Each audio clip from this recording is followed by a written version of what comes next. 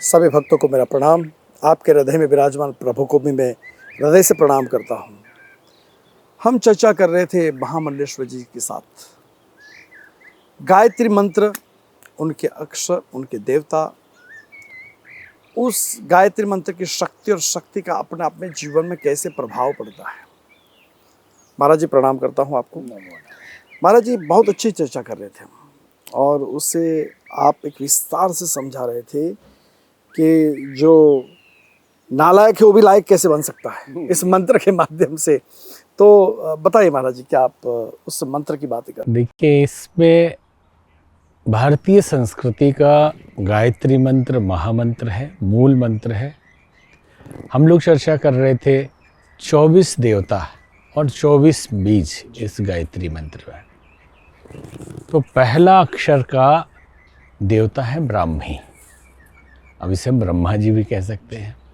दूसरे अक्षर के है वैष्णवी, तीसरे के हैं शांभवी, मतलब ब्रह्मा विष्णु महेश। फिर आता है वेद माता। लोग समझते वेद माता कोई देवी है ऐसे अलग से, ये गायत्री माता भी देवी समझ लेते हैं। तो वास्तव में ईश्वरीय चेतना को, जिसमें ये ऊर्जा है, जिस सृष्टि कर सके, पालन कर सके, फिर प्रलय कर सके, नई चेतना फिर से दे सके, उस मूल ऊर्जा को ही हम गायत्री कहते हैं।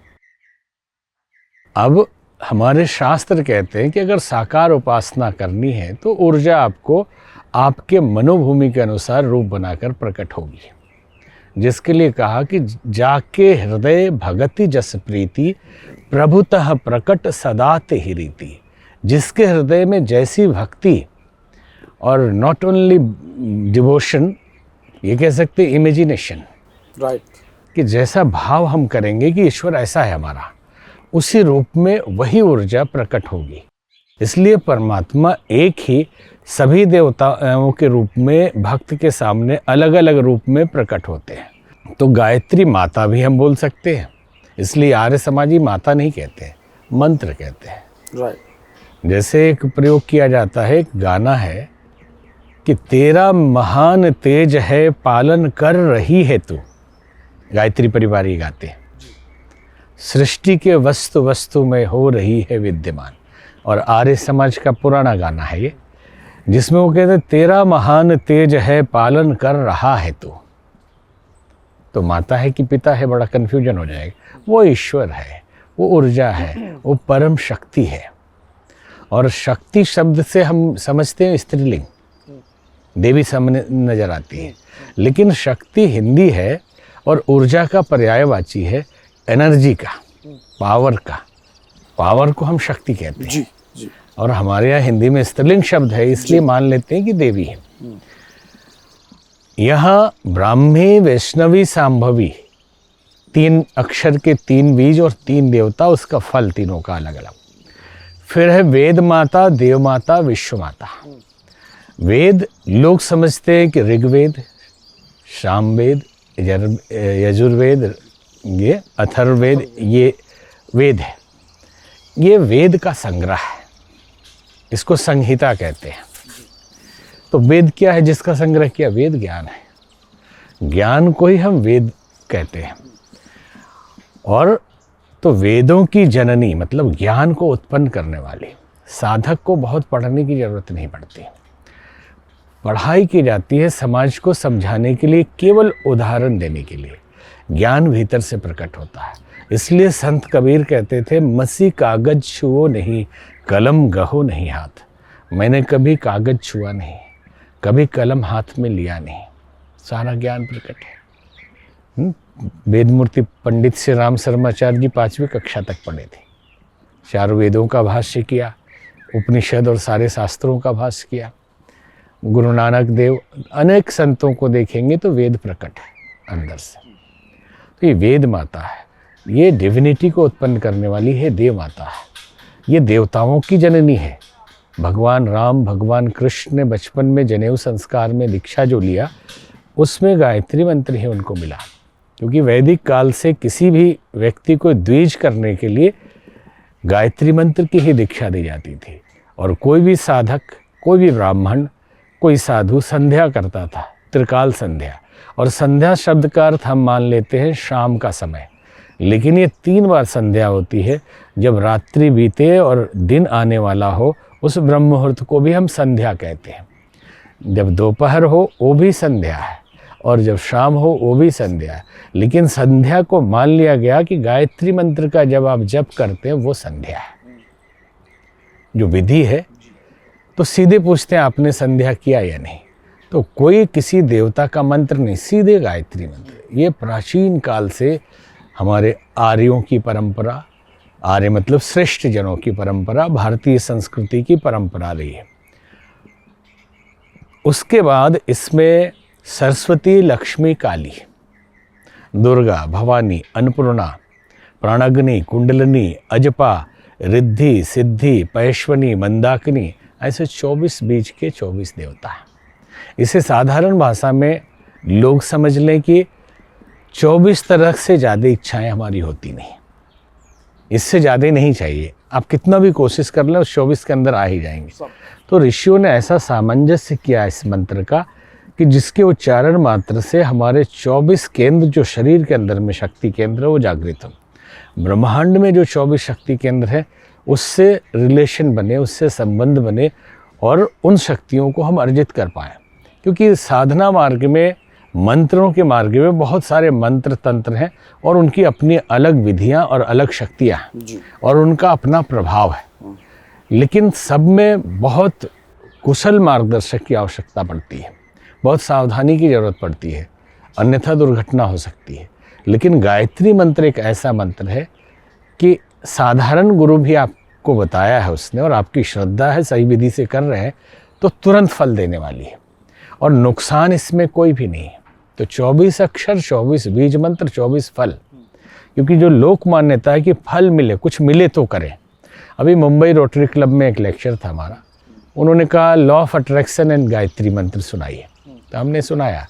तो आखिरी में बोले कि उठ नहीं पाते हैं, सुबह हो नहीं पाता है, बड़ा मुश्किल काम है, तो बजा के रख दें तो ना चले। तो हमने कहा उससे भी चलता है, भावनाएं बनती है, माहौल बनता है, लेकिन मिलेगा नहीं कुछ आपको। भूख आपको लगी हो, आप बहुत सारे भोजन के नाम, पालक पनीर, मटर पनीर, कढ़ाई पनीर ऐसा बोल के रिकॉर्ड कर लीजिए, और जब भूख लगे तो रिकॉर्डिंग चला दीजिए, पेट भरेगा, भूख और बढ़ जाएगी आपकी। हाँ, तो हमने पूछा कि आप लोग व्यापारी हैं? बोले हाँ, सब बिजनेसमैन मुंबई के हैं। हमने कहा नहीं, आप व्यापारी नहीं। तो बोले कैसे आप बोल सकते हैं? हमने कहा व्यापार का मतलब है प्रॉफिट, बिजनेस किया ही जाता है प्रॉफिट के लिए। बाकी ज़िंदगी अलग चीज़ है कि हम पर्सनालिटी हमारी कैसी होती है, समाज के साथ हमारा सामंजस्य और व्यवहार कैसा होता है, हम संवेदनात्मक रूप में परिवार, परिजन, मित्र और समाज के नागरिकों के साथ कैसा व्यवहार करते हैं, ये अलग चीज़ है। व्यापार विशुद्ध रूप से प्रॉफिट, नहीं तो नहीं करते हम। और जिस व्यापार में घाटा होता है हम छोड़ के तुरंत व्यापार बदलते हैं, दूसरे ऑप्शन सोचते हैं, और उस व्यापार को भी हम रीऑर्गेनाइज करते हैं कि हमारा जो डिफिसिट है वो कैसे कम हो। तो बोले इस क्या बताना चाहते हैं? हम क्या बताना ये चाहते हैं कि वेद कहता है ओम स्तुता मया वरदा वेद माता पावमानी द्विजानाम आयु प्राणम प्रजाम पशुम कीर्तिम द्रविणम ब्रह्म वर्चसम मह्यम दत्वा व्रजत ब्रह्मलोकम, कि जो इस मंत्र का जप करता है उसको ये 9 चीज़ें मिलती हैं, प्रॉफिट आपको होती है। तो ये क्या है? कुछ संत इसकी व्याख्या करते हैं द्विजानम, जो द्विज इसको करता है। लेकिन हमारा अपना मानना है कि जो इसको करता है पहले वो द्विज हो जाता है। वाह, दूसरी बात जन्म। हाँ, कि वो द्विज हो जाता है। और द्विज होने का बड़ा सरल अर्थ ये समझ ले, व्यापक अर्थ में माना जाता है पवित्र आत्मा, ब्राह्मण हो जाता है। वो किसी वर्ण में पैदा हुआ हो वो ब्राह्मण हो जाएगा। अब ऐसे इसको समझें कि सारा खेल सबकॉन्शियस का है। आज पूरी दुनिया लॉ ऑफ अट्रैक्शन और not work management, first mind management पे चल रही है कि आप कर्मों को संतुलित मत करिए, माइंड को संतुलित कर लिया तो वो शुभ कर्म करवाएगा। जैसा इसमें सॉफ्टवेयर डालेंगे वैसे ही एक्शन होगा।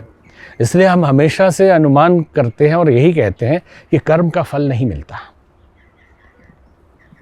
आपके विचारों के परिणाम का फल मिलता है। जैसा आप सोचते हैं हाथ पैर में तो कुछ नहीं है ना, ये इधर से इंस्ट्रक्शन मिलेगा वैसा ही हाथ और पैर चलेगा।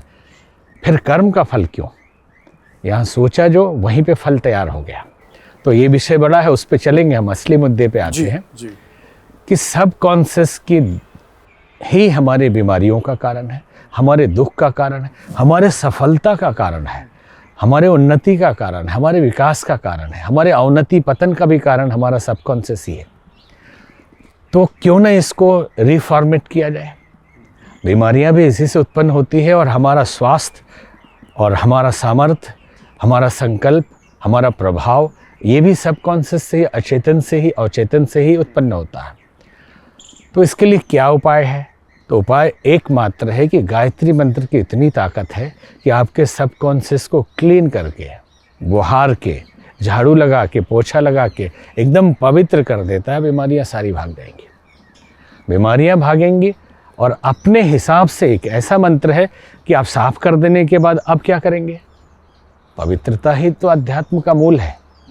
समस्त साधना तपस्याओं का मूल ये है कि किसी प्रकार हम घूंघट का पट खुल जाए, पवित्रता अपवित्रता जाए और हम अपने मूल स्वरूप में आ जाए। फिर ऊर्जा ही ऊर्जा है, प्रकाश ही प्रकाश है, शक्ति ही शक्ति है और संभावना ही नहीं, परिणाम ही परिणाम है। जैसे ही पवित्र हुए, तभी तो संत कबीर कहते थे, कबीरा मन निर्मल भया, जैसे गंगा नीर, पाछे पाछे हरि फिरत कहत कबीर कबीर। और यहाँ तक कहते हैं पवित्रता जैसे आई कि मेरा सुमिरन हरि करे मैं पाऊँ विश्राम। सुमिरन की अब जरूरत ही नहीं है, अब भाव है। हरि करे मतलब आत्म तत्व को पा लिया आपने, और आत्म तत्व ही परमात्मा तत्व है व्यापक रूप में। तो पहला है ये द्विजा नाम। संक्षेप में हमने यहाँ कहा क्योंकि बहुत बड़ा विषय है। आयु, जैसे द्विज होंगे उम्र बढ़ जाएगी आपकी, क्योंकि बीमारियाँ दूर हुई। जितने ऑब्स्टिकल्स थे, जितने अवरोधक थे, हम कहते हैं ग्रह भी बदलने लगते हैं चेतना बदलने से। ग्रहों के प्रभाव से चेतना बदलती है और चेतना के प्रभाव से ग्रह अपना संतुलन बदलते हैं। ये जैसे ही अचेतन का संतुलन बदला कि वास्तु बदला, वातावरण बदला और ग्रहों ने अपनी दिशा बदली आपके हिसाब से। और अगर आप एकदम छोड़े हुए हैं, बंद है, कुंद है, मंद है, अंध है, ये मान लीजिए, तो ग्रह अपने हिसाब से आपको नचाएंगे। और द्विजानम, आयु बढ़ा, प्राणम, प्राण शक्ति आपके अंदर बढ़ जाएगी। तो प्राण का सारा खेल है। प्राण कम हो जाए तो बीमार है, प्राण संतुलित है तो स्वस्थ है, और खूब प्राण है तो महाप्राण है, बलवान है, प्रभावशाली है। बड़े बड़े राजनेता, बड़े बड़े लेखक, बड़े बड़े कलाकार, बड़े बड़े साधक सारे प्राणों का ही इस्तेमाल करते हैं। गांधी जी जब पहली बार वकालत करने गए तो पांव लड़खड़ाने लगे, लेकिन वही गांधी जब गायत्री मंत्र जपने लगे तो चर्चिल कहता था, गांधी से आंख मत मिलाना, नहीं तो उसी के हो जाओगे। आंखों से प्राण निकलता है। साधक को बोलने की जरूरत नहीं है, उसके वाणी से प्राण निकलता है। बोली से आप समझ लेंगे कि ऊर्जा है, उसके शरीर से प्राण निकलता है, जिसे हम आभा मंडल कहते हैं। वो प्राण का ही स्वरूप है। जिस तरह की प्राण ऊर्जा होगी, विकृत, स्वस्थ, शुद्ध, तो उस रूप के कलर दिखाई देंगे। जो हम लोग अपने रिसर्च सेंटर में वहाँ इसका जांच भी करते रहे कि अल्फ़ा है या बीटा है या किस कलर का ऑरा है और किस कारण से, तो थॉट क्या होगा इसका, क्या ये सोच रहा होगा अभी। तो इस तरह से प्राण, तो समाज में आदमी जीता है। मौलिक रूप से लोक परलोक संवारना एक अलग आध्यात्मिक बात है, लेकिन मानसिक स्थिति सामान्य जन की यही होती है कि समाज में हमारा प्रभाव हो। वो सौंदर्य के रूप में प्रभाव हो तो मेकअप 3 घंटे करते हैं लोग, बोलने के रूप में प्रभाव हो अथवा वैभव के रूप में प्रभाव हो तो 1 गाड़ी है 3 गाड़ी खरीदते हैं हम कि प्रभाव पड़े। लेकिन अगर आप प्राणवान हैं, जैसे चाणक्य, देखने में बहुत सुंदर नहीं थे, नाटे काले से थे, लेकिन क्या प्रभाव है, प्राण का प्रभाव। गांधी जी के अगर पुतले को देखेंगे तो छोटे से, टेढ़े मेढ़े से, लेकिन क्या है, दिव्य लगते हैं गांधी जी। वो प्राण का प्रभाव है। सुकरात भी बड़े खुरदुरे चेहरे वाले थे, सुंदर नहीं थे, लेकिन प्रभाव है। प्राण, आयु प्राणम प्रजा, तो प्रजा का 2 अर्थ लिया जाता है। कि स्वस्थ बच्चे आपके घर में होंगे और एक चाहने वाले लोग बढ़ेंगे। प्रजा पशु, आपके पास हॉर्स पावर, गाड़ियों की कमी नहीं रहेगी आज की दृष्टि से। कीर्ति, आप फेमस हुए बिना नहीं रहेंगे। आप कुछ भी प्रयोजन न करें, अपने आप समय आएगा जो कीर्ति आपकी दुनिया में फैलेगी। द्रविणम, धन की कमी नहीं रहेगी। और ब्रह्मवर्चसम, आत्मबल की कमी नहीं रहेगी, तो उसको संभाल सके। ब्रह्मलोकम, रजत ब्रह्मलोकम, स्वर्गलोक नहीं ब्रह्मलोक की प्राप्ति होगी। यहाँ महाराज जी ने बहुत सुंदर तरीके से अपना निजी अनुभव, इंटेलिजेंट साधु है, एक इंटेलिजेंट महामल्लेश्वर जी है, एक इंटेलिजेंट जिसको साइंस और धर्म को पहचाना है, और जल्दी ही हमारे इंग्लैंड की धरती पर आएंगे और कई बार आ चुके हैं, मगर इस बार कुछ अलग रूप से हम कार्य करेंगे। आपसे मिलेंगे, आपकी बात हम सुनेंगे, हमारी बात आप सुनोगे।